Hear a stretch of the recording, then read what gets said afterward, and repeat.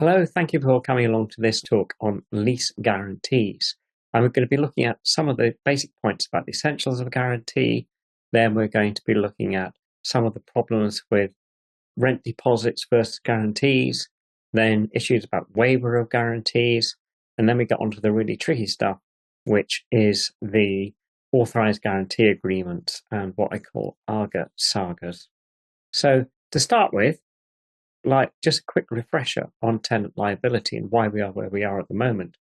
Well, prior to the Landlord and Tenant Covenants Act 1995, anyone who signed a lease as a tenant was liable for the rent for the remainder of the lease. I remember someone coming into my office who'd signed a lease 10, 15 years before, and he'd signed the lease after a couple of years, and he hadn't been anywhere near the property for the last 10 years, and it'd been assigned on to a number of different people, and he got presented with a bill for £80,000. And he said, "Oh, surely it's got nothing to do with me." And said, "Yes, unfortunately, you signed the lease.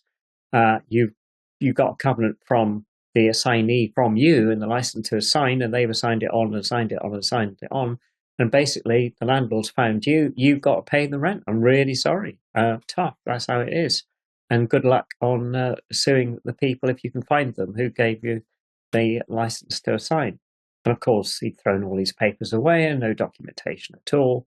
So it's an absolute nightmare. So because of this, from the implementation of the Act from the 1st of January 1996, the general concept is that you're only liable for the covenants on the lease during the time that you are the actual tenant, which means that if you assign the lease onto Fred, then Fred is liable to the landlord. And if they don't pay the rent, the landlord can't come back to you. And obviously, when you apply for consent to assign, the landlord's going to take a much closer look at the ability of Fred to pay the rent because they realise that they aren't necessarily going to be able to come back to you.